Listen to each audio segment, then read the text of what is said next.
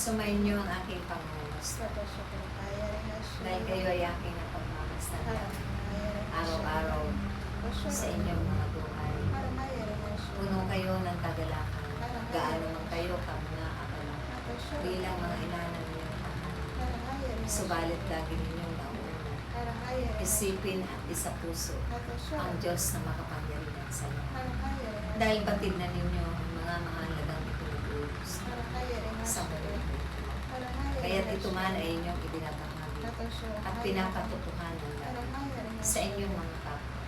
Ipinagsisigawan ninyo na Diyos na buhay ko. Ang inyong Diyos na pinapapulitan, tinatawag, pinananligan, pinagkakatiwalaan at pinananampalatayaan.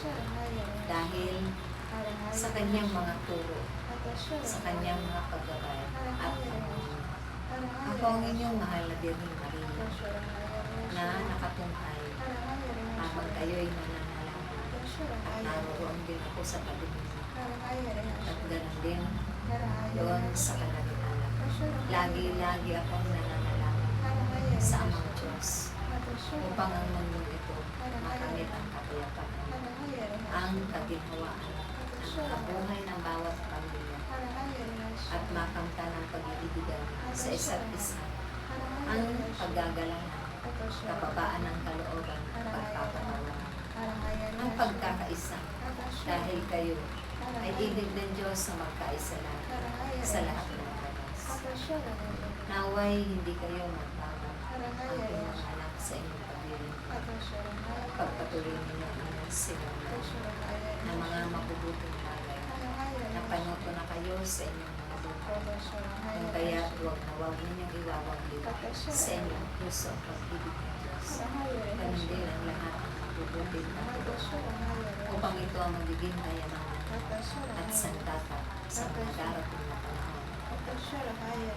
Hindi kayo mabibigyan, lalo na sa pananalangin at sa pagdaralitan ng ating banal na Diyos.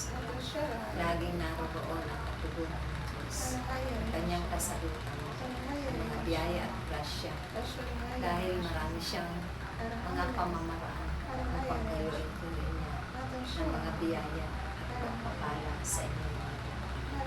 Kaya ako ay nauna sa inyong makaranas ng mga biyayang yan.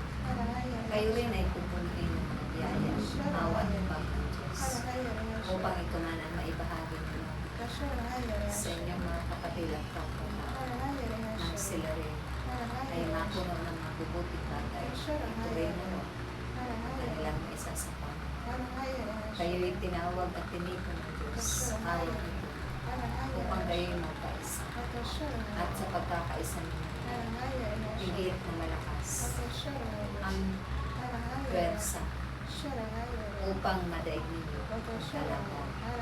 Naway sa takdang panahon, lahat din ang inyong pinangalap ng mga tupang ay magpuri at sumamba sa Diyos. Makilala ng lubusan ng Diyos at mapatid din nila kung paano sila pagpapalain ng Diyos. Sumain niyo ang pagkakaisa at pag-ibig. Sumain niyo ang biyaya at grasya ng Diyos. Magpakailangan sa ngalan ng Anak at Espiritu Santo.